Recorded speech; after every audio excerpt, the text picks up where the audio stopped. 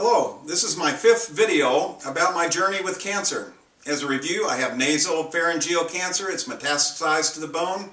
Stage 4, not curable, but I'm getting chemo treatments for it, and I hope I have some good time left. And this video is about social and emotional support and how important it is. See this little guy? His name's Chewy. If you listened to the last video, you heard him drinking water.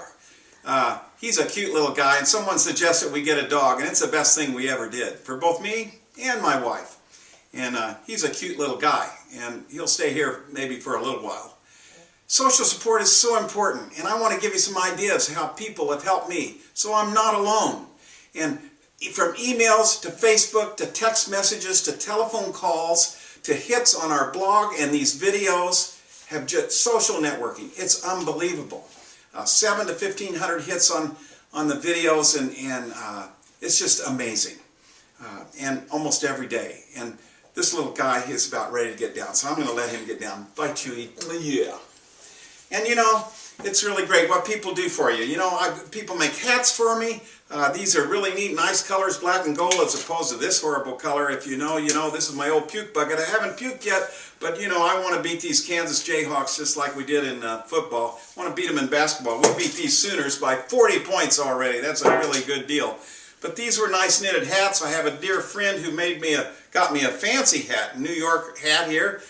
Makes me look a little chipper and professorial. I really like it, and I wear that almost daily. I really like that one. And then the other things people have made for me. This shawl is a prayer shawl. Every stitch represents an individual prayer. It was made at John Knox Village in Kansas City, Missouri.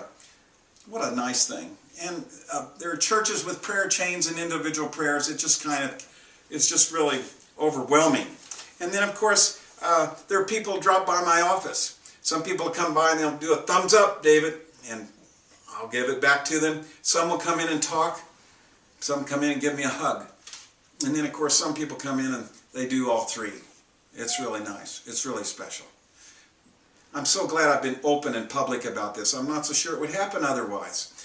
Traditional cards. I didn't know people sent traditional cards any longer.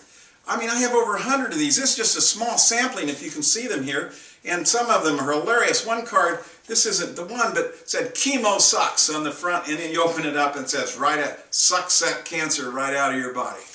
Well, I don't know if it will or not, but by golly, that's a good thought. And then the little kids, you know, it's every age I get these from, little drawings. I love you, Mr. and Mrs. Oliver. And, you know, it's just very, very touching, of course, when you get something like that. There are professors that have used my videos in classrooms in 4 different universities. I don't even know those professors. They just happen to come across the videos. And there are people that bring us food. Have you ever had chili with steak meat? It is to die for. And they bring it in here, and it's just, my wife and I just, it'd be nice to have a meal every night. Wow. And then we get invitations to dinner the night before a chemo treatment or test results. People kind of help distract us.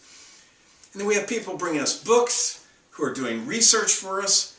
And my dear 92-year-old friend in St. Louis, Fred Swag, who is my mentor, helping me through this. It's just wonderful.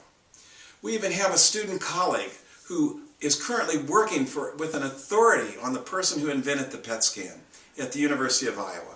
And he has already looked at some of our materials, and I just can't be more thankful about those kind of contacts. And they validated everything my healthcare team has said. That's just a really good feeling. And then, you know, those people that tease you and treat you like you always do. You know, I can dish it out, and so people continue to give it back to me. Look at this picture.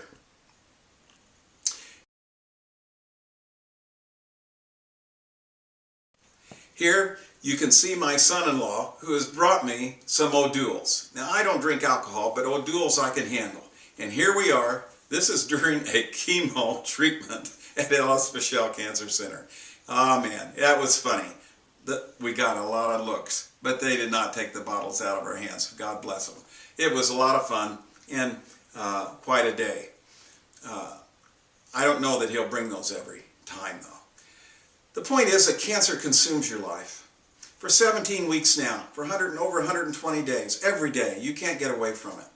And so people that have a cancer diagnosis, we we like to have others listen to us and, you know, empathize, but get us to talk.